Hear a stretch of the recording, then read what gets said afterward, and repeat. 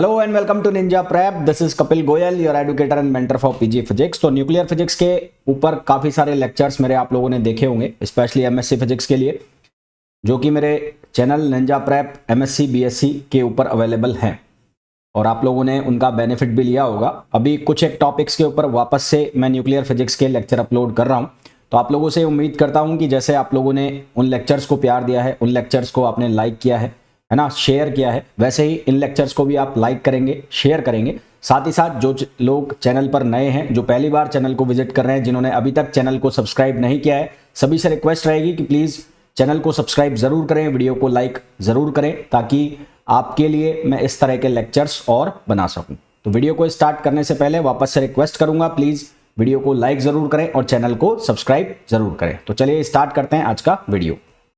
Hello and welcome to Ninja Prep, this is Kapil Goyal. तो इस lecture में हम लोग डिस्कस करेंगे Fermi theory of beta decay.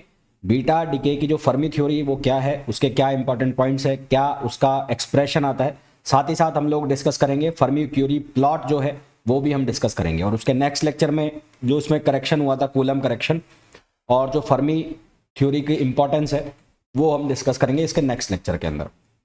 तो सबसे पहले अगर हम बात करें Fermi of theory of beta decay, ये क्या है, तो इसके लिए कुछ अजम्पशंस हैं।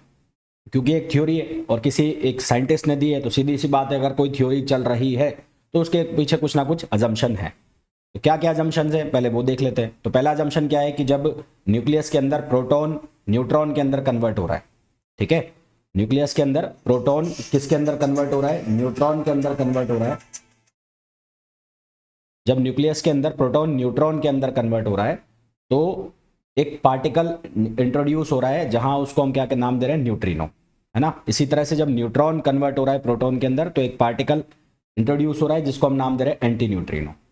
क्या नाम दे रहे हैं, एंटी न्यूट्रिनो। और ये दोनों जो पार्टिकल्स हैं किसके साथ निकल रहे हैं, बीटा पार्टिकल के साथ निकल रहे हैं। किसके साथ निकल रहे हैं, बीटा पार्टिकल के साथ।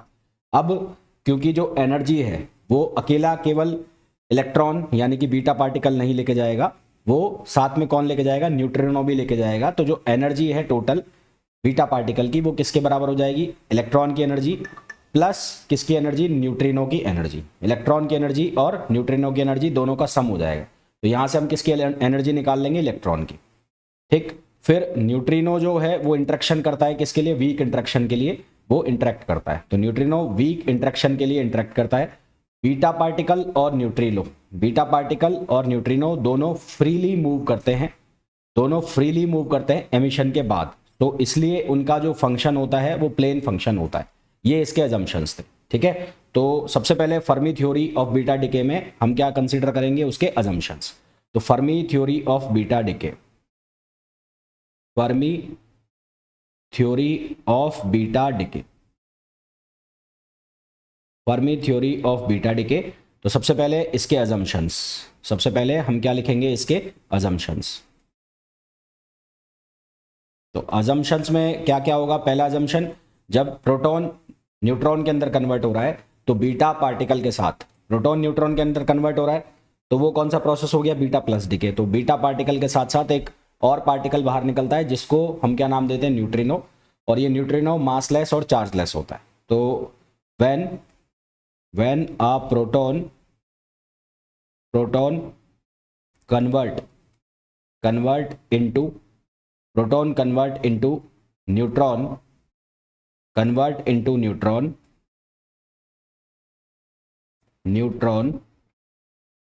inside a nucleus, inside a nucleus, inside a nucleus, then a extra particle,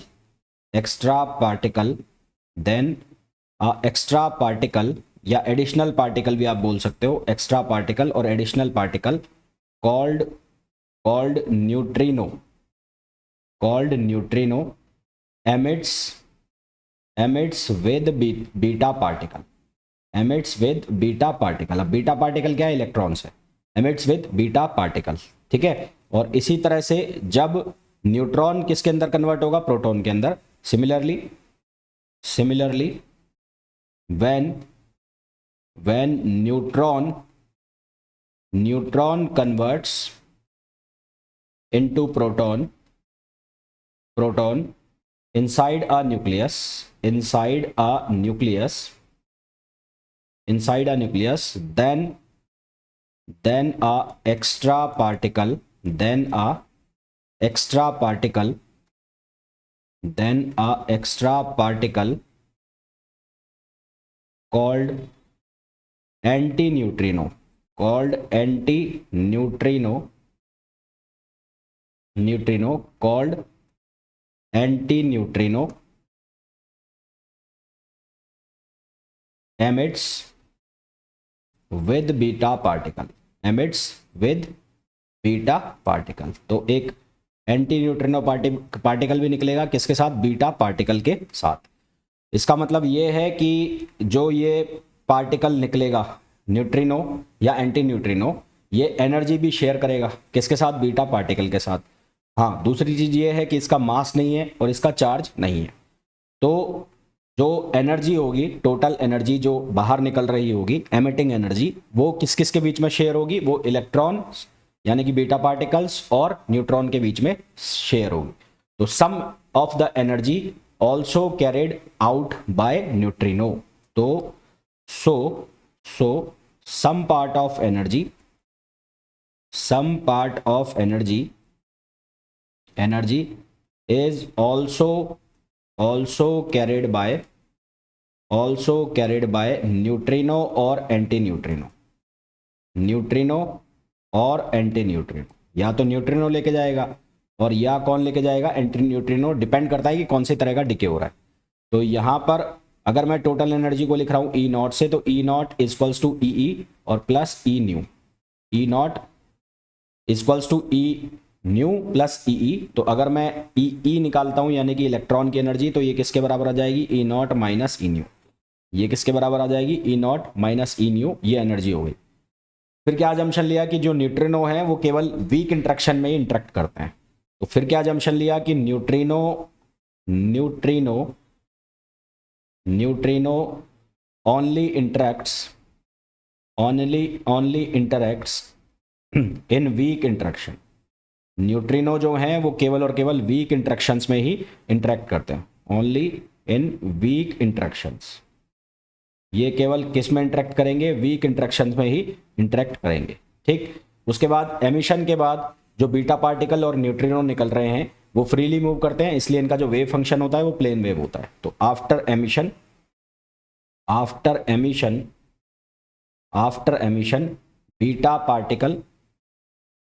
beta particle and neutrino moves freely, hence their function is a plane function, hence their function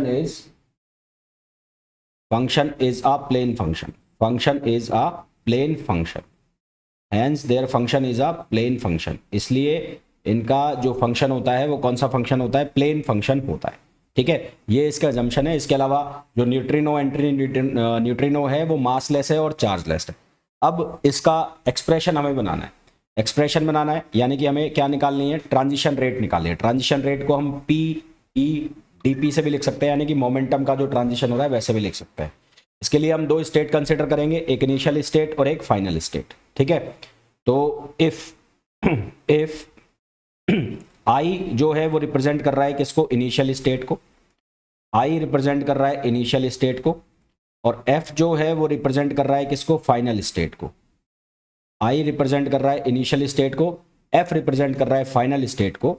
तो transition rate जो है वो जो given होगी वो दी जाएगी, वो time dependent perturbation theory से हम देंगे। Then the transition rate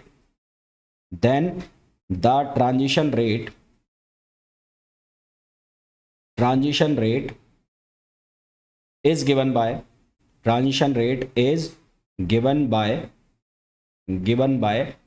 time dependent perturbation theory। तो जो ट्रांजिशन रेट है वो किसके थ्रू देंगे हम? Time dependent perturbation theory. इसकी वैल्यू मैं क्या लिखूंगा? इसकी वैल्यू लिखूंगा W equals to 2 pi over h cut. W equals to 2 pi over h cut, या इसको एच बार भी बोल सकते हैं। और मॉड HFI, अभी मैं लिखूंगा किस एलिमेंट का मतलब क्या है, किस चीज का मतलब क्या है, और इसका स्क्वायर लग रहा है, और यहां लिख दिया मैंने रो ई। अब सबसे पहली चीज तो ये जो HFI लिखा हुआ है, ये HFI जो लिखा हुआ है ये क्या है, इंटरेक्शन मैट्रिक्स एलिमेंट। ये क्या है, इंटरेक्शन मैट्रिक्स एलिमेंट। तो यहां ये जो लिखा हुआ है HFI, इसका मतलब होता है interaction matrix element. Interaction matrix element, interaction matrix element. और इसकी जो वैल्यू हम लिखेंगे आई का मतलब है फाइनल इनिशियल स्टेट, एफ का मतलब है फाइनल स्टेट। इसकी जो वैल्यू हम लिखते हैं वो कैसे लिखते हैं, जी, और यहाँ पर ये एफ और ये एच लगा दिया हमने, एम सॉरी, और आई। इसका जो हम प्रोडक्ट कराएंगे किसके साथ, ब्रैकेट नोटेशन, ये जी हो गया, ये हो गया एफ, एफ का मतलब हो गया फाइनल स्टेट, यहाँ एम आ गया, और यहाँ आ गया आई, आई का मतलब इनिशियल स्टेट, आई का मतलब इनिशियल स्टेट। यहाँ जो एम होगा, एम, ये क्या कहलाएगा, एम कहलाएगा मैट्रिक्स एलिमेंट। एम जो कहलाएगा वो क्या कहलाएगा, मैट्रिक्स एलिमेंट, ठीक है। और जी कहलाएगा कपलिंग कांस्टेंट। यहाँ जो जी होगा, ये जी क्या होता है, ये होता है कपलिंग कांस्टेंट, ये होता है कपलिंग कांस्टेंट। और ये जो एम होता है ये क्या होता है, मैट्रिक्स एलिमेंट, ये क्या होता है, मैट्रिक्स एलिमेंट। अब यहाँ पर और भी चीज आ रही है कुछ, ये आ रहा है रो। तो ये रो क्या कहलाती है, स्टेट डेंसिटी। रो जो है वो क्या कहलाएगा, वो कहलाएगा स्टैटिस्टिकल फैक्टर या स्टेट डेंसिटी और ट्रांजिशन प्रोबेबिलिटी, ठीक है। इसको क्या नाम देंगे हम, स्टेट डेंसिटी, स्टेट डेंसिटी, और इसको हम क्या बोलेंगे, स्टैटिस्टिकल फैक्टर, स्टैटिस्टिकल फैक्टर, और इसको हम क्या बोलेंगे, ट्रांजिशन प्रोबेबिलिटी, और ट्रांजिशन प्रोबेबिलिटी, और इसको हम क्या नाम देंगे, ट्रांजिशन प्रोबेबिलिटी। तो ये जो वैल्यू है रो ई, इसको हम कैसे लिखते हैं, इसको हम लिखते हैं डेल पी, इसको और हम कैसे लिख सकते हैं, del n upon del E naught, d n upon d E naught. N का मतलब हो गया नंबर ऑफ पार्टिकल्स, ई का मतलब हो गया एनर्जी स्टेट।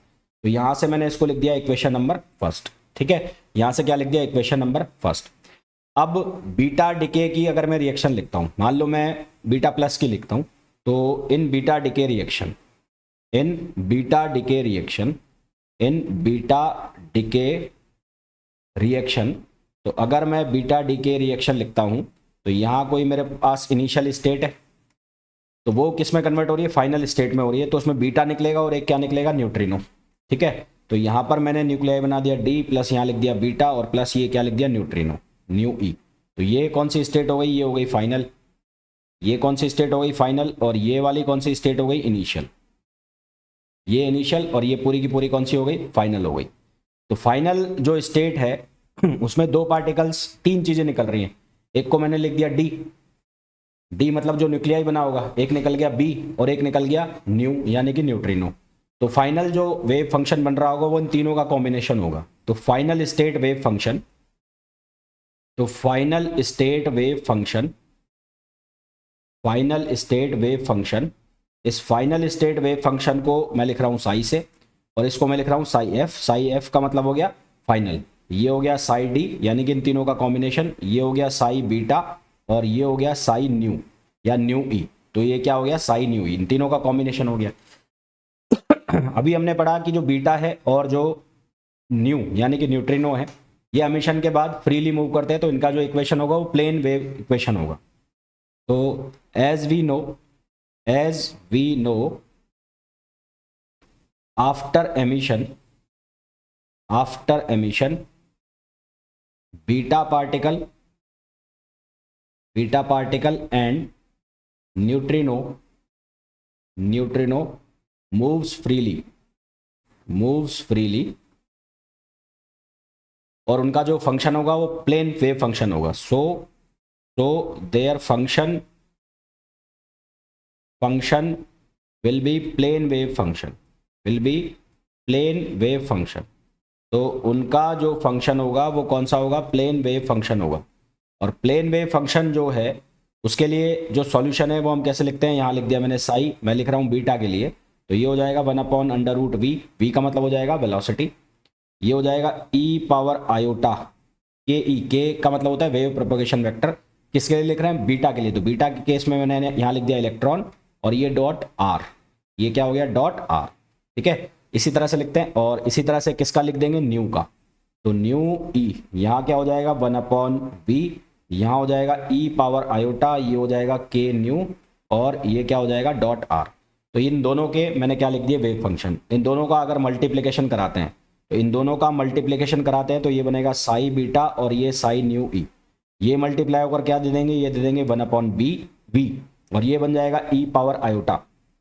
यहाँ ये दोनों ऐड हो जाएंगे, ये दोनों ऐड हो जाएंगे तो ये क्या बनाएंगे के ई के न्यू, आयोटा हो गया ये, और ये क्या बनाएंगे के ई प्लस के न्यू और आर के साथ इनका क्या हो जाएगा डॉट प्रोडक्ट हो जाएगा, और ये भी किस में है वेक्टर में, ये भी किस में है वेक्टर में। तो ये मैंने इन दोनों को कंबाइन करके लिखा, इन दोनों को कंबाइन करके लिखा तो इसका एक्सपेंशन कर दिया e पावर आयोटा x की तरह। तो इसका एक्सपेंशन करेंगे तो ये बनेगा 1/v, यहाँ पर लिखा जाएगा 1 प्लस ये बनेगा आयोटा आयोटा और ये हो गया के ई प्लस के न्यू, के ई प्लस के न्यू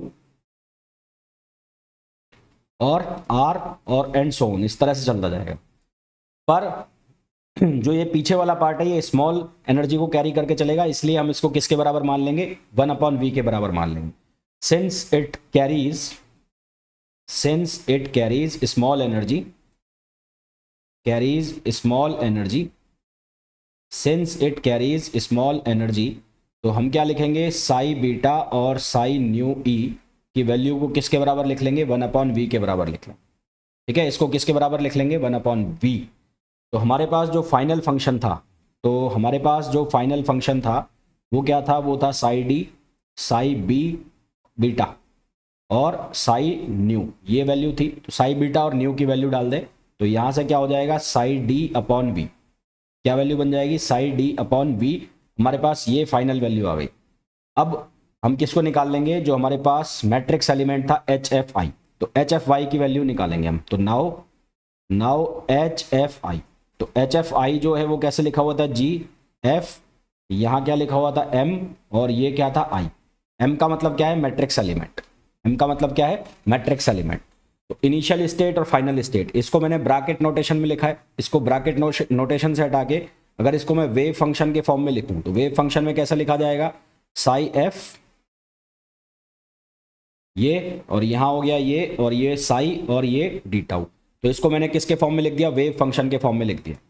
अब वेव फंक्शन के फॉर्म में लिखने के बाद मैं यहाँ पर वैल्यू डाल रहा हूँ, किसकी वैल्यू डाल रहा हूँ फाइनल की। तो हमारे पास दो हैं, एक है फाइनल है और ये कौन सी इनिशियल। तो फाइनल की वैल्यू क्या हो गई साई d/v, तो मैं ये वैल्यू डाल रहा हूँ। तो यहाँ से इसकी ये वैल्यू डालता हूँ तो HIF ये क्या हो गया G, ये हो जाएगा साई d* मतलब ट्रांसपोज कंजुगेट, ये हो गया V, ये हो गया M, ये हो गया साई I और ये डी टाउ, साई I और डी टाउ। V को बाहर ले जाएंगे, V को बाहर ले जाएंगे तो ये क्या बनेगा, ये बनेगा G/v और ये क्या बन जाएगा, ये बन जाएगा साई d*, ये हो गया M और ये हो गया साई I डी टाउ। इसको वापस से किस फॉर्म में लिख सकते हैं, ब्रैकेट नोटेशन में लिख सकते हैं या प्रोबेबिलिटी डेंसिटी के फॉर्म में लिख सकते हैं। तो इसको हम किस फॉर्म में लिख देंगे, तो HFI जो है वो किसके बराबर हो जाएगा G/v और ये इसको मैंने किसके फॉर्म में लिख दिया मॉड, तो मॉड ऑफ FI इस फॉर्म में हमने इसको लिख लिया। ये जो वैल्यू हमने निकाल ली इसको सब्सटीट्यूट कर देंगे इक्वेशन नंबर फर्स्ट में। तो फ्रॉम इक्वेशन फर्स्ट, तो इक्वेशन फर्स्ट में जब ये वैल्यू सब्सटीट्यूट करेंगे तो हमारे पास बनेगा W = 2π/, हमारे पास इक्वेशन फर्स्ट क्या थी, इक्वेशन फर्स्ट जो थी हमारे पास वो थी ये रही 2π/h HFI और ρe। तो यहाँ पर हमें 2π/h, तो ये वैल्यू सब्सटीट्यूट करनी है। तो 2π/h और उसका स्क्वायर होना है तो यहाँ हो जाएगा G²/v², ये मॉड का स्क्वायर आ जाएगा MFI, ये पूरा स्क्वायर में हो जाएगा, किसमें हो जाएगा स्क्वायर में। और डेंसिटी हमने लिख दी यहाँ पर रो और ये E, तो ये स्टेट डेंसिटी हो गई। तो ये हमारे पास क्या बन गया, ये ट्रांजिशन रेट आ गई, ठीक है, ये क्या आ गई ट्रांजिशन रेट। तो इसको हम क्या बोलते हैं, इसको बोलते हैं ट्रांजिशन रेट। तो इसको हम बोलते हैं फर्मी थ्योरी। ये ट्रांजिशन रेट को मोमेंटम ट्रांसफर पर सेकेंड भी हम बोल सकते हैं। मोमेंटम ट्रांसफर या जो इलेक्ट्रॉन या न्यूट्रॉन ट्रांसफर है वो पर सेकंड में कितना हो रहा है वो भी हम यहाँ पर इसको बोल सकते हैं। तो हमारे पास सबसे पहला तो ये बन गया कि फर्मी थ्योरी क्या है, इसके क्या अजम्पशन है। और इसमें ट्रांजिशन रेट का क्या एक्सप्रेशन आता है। दूसरा हमारे पास बनता है फर्मी क्यूरी प्लॉट, ठीक है, क्या बनता है, फर्मी क्यूरी प्लॉट। तो दूसरा हमारे पास बनता है Fermi Curie plot, Fermi Curie plot. दूसरा जो मैं लिख रहा हूं यहां पर वो लिख रहा हूं फर्मी क्यूरी प्लॉट। तो ये जो फर्मी क्यूरी प्लॉट है इसमें हमें क्या करना है, कूलाम करेक्शन के बाद मैं इसकी वैल्यू लिखूंगा, ठीक है, किसके बाद लिखूंगा, कूलाम करेक्शन के बाद। इसकी वैल्यू कूलाम करेक्शन के पहले भी निकलती है और कूलाम करेक्शन के बाद भी आती है। तो कूलाम करेक्शन के बाद मैं फर्मी क्यूरी प्लॉट की वैल्यू लिखूंगा। तो फर्मी क्यूरी प्लॉट की जो इंपॉर्टेंस है वो भी हम डिस्कस करेंगे। तो कूलाम करेक्शन के बाद हमारे पास प्रोबेबिलिटी डेंसिटी का एक फॉर्मूला आता है, वो आपको याद करना पड़ेगा। तो after Coulomb correction, after Coulomb correction, after Coulomb correction, coulomb correction क्या है वो आपको नेक्स्ट लेक्चर में बताऊंगा। The probability is given by, the probability is given by. अब ये कूलाम करेक्शन हुआ क्यों, क्योंकि कूलाम करेक्शन इसलिए करना पड़ा क्योंकि ये माना गया कि जो बीटा पार्टिकल है इनिशियली उसमें कूलाम इंटरेक्शन नहीं हो रहा है, जबकि बीटा पार्टिकल एक चार्ज पार्टिकल है। तो चार्ज पार्टिकल है दैट मीन्स कि वहां पर कूलाम इंटरेक्शन भी होना चाहिए, तो इसको बाद में कंसिडर किया गया। यहां पर प्रोबेबिलिटी जो है उसको हम किससे लिखेंगे, उसको लिखेंगे p p e d e, d e equals to d p, sorry d p, ये मोमेंटम की प्रोबेबिलिटी आ रही है। और ये जो है ना ये किसके बराबर है, डब्ल्यू के बराबर है, डब्ल्यू जो मैंने अभी डब्ल्यू लिखा था वो, ये किसके बराबर होगा, ये होगा सी स्क्वायर एफ, एफ का मतलब होगा कूलाम करेक्शन, एफ जेड, और यहां पर क्या आ जाएगा ई ई, और ये बन जाएगा पीई स्क्वायर, पीई स्क्वायर, ये हो गया E naught minus E square, और ये बन गया डीपी। ये कूलाम करेक्शन के पहले, कूलाम करेक्शन के बाद, कूलाम करेक्शन के पहले क्या चेंजेस थे, ये वाला फैक्टर नहीं था। Before Coulomb correction, before Coulomb correction ये वाला नहीं था यहाँ पर। तो it is not there before Coulomb correction, not there before Coulomb correction, before Coulomb correction. तो कूलाम करेक्शन के पहले ये नहीं था बस। तो अगर आपसे पूछा है कि कूलाम करेक्शन के पहले क्या चेंजेस, तो बस इसको हटा देना, बाकी सारी कहानी सेम चलेगी। तो number of beta particles emitted per second in momentum range, momentum की रेंज कितनी है, पीई से पीई प्लस डीपी में जो कितना है एन पीई डीपी, कितना है एन बीई डीपी। तो if number of beta particles, number of beta particles emitted per second, emitted per second in the range, emitted per second in the range, कौन सी range, momentum की range, in the range p e and p e plus d p, p e and p e plus d p, ये किसकी range है, momentum की range है, is n p e, is n p e d p, is n p e DP. अगर ये रेंज में है तो total number of emitted particles per second, then total number of emitted particles, then total number of emitted particles, emitted particles per second, total number of emitted particles per second. तो उसकी value हम कैसे लिखेंगे, वो value लिखेंगे NP DP, किसके बराबर लिखेंगे, एन पीई डीपीई, ये किसके बराबर होगा, ये बराबर होगा एन नॉट पी पीई और डीपी, ये किसके बराबर होगा, एन नॉट पी पीई और डीपीई। इसको मैंने लिख दिया इक्वेशन नंबर 2, और इसके पहले जो इक्वेशन लिखी थी हमने इसको लिख दिया मैंने इक्वेशन नंबर 1। तो ये क्या हो गया, total number of beta particles emitted in a second. तो दोनों इक्वेशन का यूज कर लूंगा, इक्वेशन फर्स्ट का और इक्वेशन सेकंड का। तो from equation first and second, तो from equation first and second, तो इक्वेशन फर्स्ट और सेकंड अगर दोनों का हम यूज करते हैं तो क्या बनेगा हमारे पास बनेगा N P E N P E D P equals to N P E D P E equals to, ये डी पी ई आएगा है ना, इजक्वल्स टू ये बनेगा N naught C square, N naught C square, ये वाली वैल्यू डाल रहा हूँ यहाँ पर, ये जो वैल्यू लिखी हुई है ना, ये वाली वैल्यू प्रोबेबिलिटी वाली, ये वैल्यू को इससे मल्टीप्लाई करा रहा हूँ एन नॉट से, तो N naught C square F Z E E P E square E minus E naught square, E naught minus E square, sorry E naught minus E square, E naught minus E square और DP, और क्या लिखा हुआ है DP, तो कटेगा क्या यहाँ से, ये डीपी से ये डीपी कट गया, तो हमारे पास क्या बचा एनपीई, हमारे पास बचा एनपीई इजक्वल्स टू, ये बचा N naught C square F Z E और पीई स्क्वायर ये हो गया E naught minus E square, P E square E naught minus E square. इसको रीएडजस्ट करके अगर हम लिखें तो इसको मैंने लिख दिया N P E upon P E square, ये वाला पीई स्क्वायर, और इसके साथ ले लिया मैंने किसको, एफ वाले को, तो एफ ये लिख दिया मैंने एफ जेड और ई, और ये साइड पे मैंने लिखा किसको, एन नॉट को, सी स्क्वायर को, और कौन रह गया, यहाँ रह गया एफ ई, तो ये रह गया E naught minus E square, इसको एक साथ लिख दिया, दोनों साइड ले लिया मैंने स्क्वायर रूट।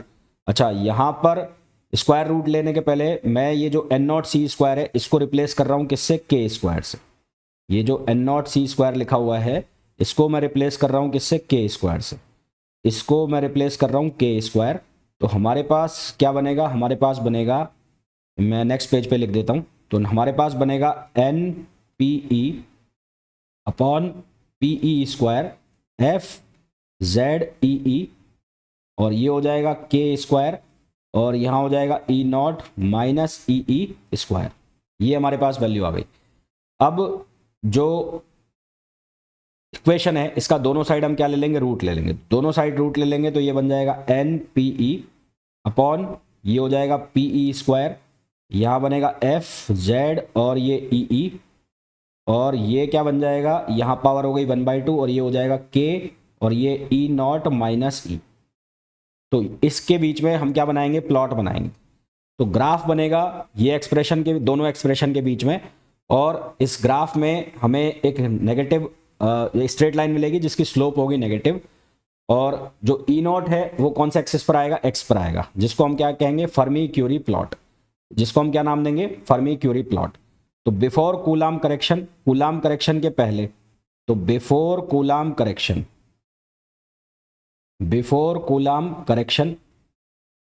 तो कूलाम करेक्शन के पहले ये कैसे था, कूलाम करेक्शन के पहले ये ग्राफ ऐसे था, यहां पर क्या आ जाएगा, यहां पर ये वैल्यू आ जाएगी N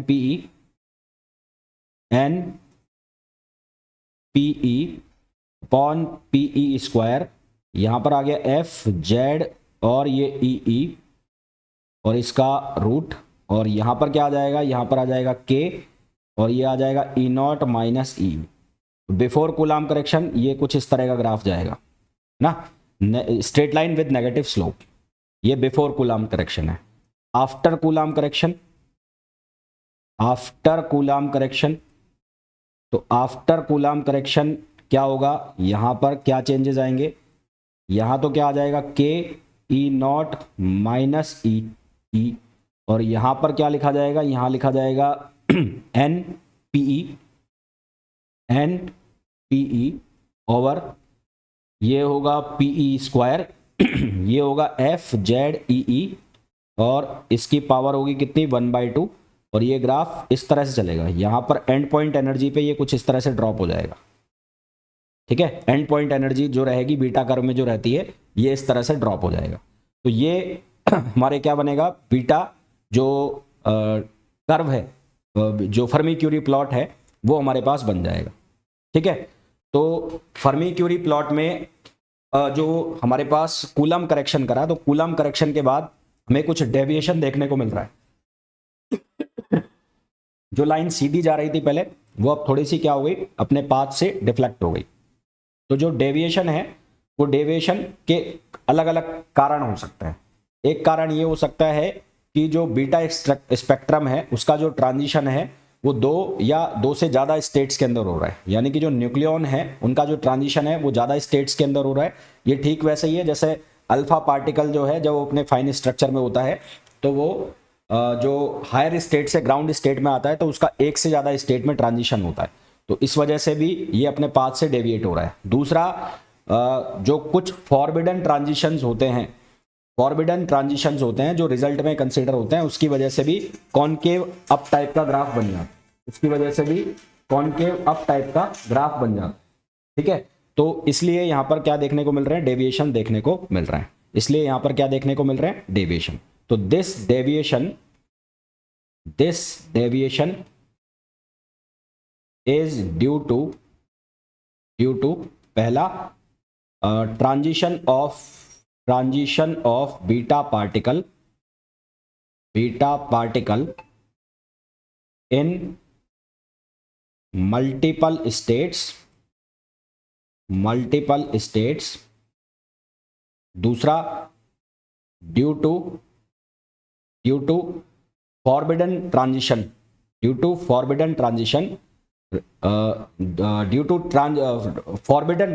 a concave up type graph, ठीक है। a forbidden transition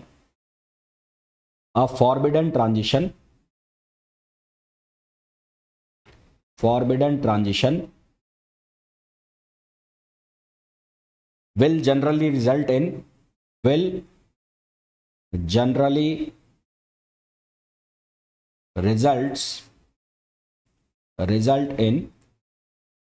a concave up type graph,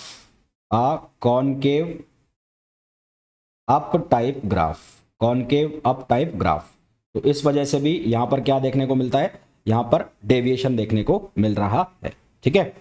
तो ये हम लोगों ने डिस्कस किया Fermi theory of beta decay, और उसके अलावा हमने डिस्कस किया Fermi Curie plot. Next lecture में मैं आपको बताऊंगा कि जो फर्मी थ्योरी है या फर्मी क्यूरी प्लॉट है उसकी इंपॉर्टेंस क्या है, पहला, और दूसरा जो कूलम करेक्शन हमने कंसीडर किया उसमें हमने क्या कंसीडर किया था वो हम डिस्कस करेंगे नेक्स्ट लेक्चर के अंदर। तो नेक्स्ट लेक्चर के अंदर ऑलमोस्ट ये जो Fermi theory of beta DK है या जो बीटा डीके से रिलेटेड जो भी चीजें होंगी वो फिनिश हो जाएंगी। तो मिलते हैं नेक्स्ट वीडियो में, till then thank you, bye.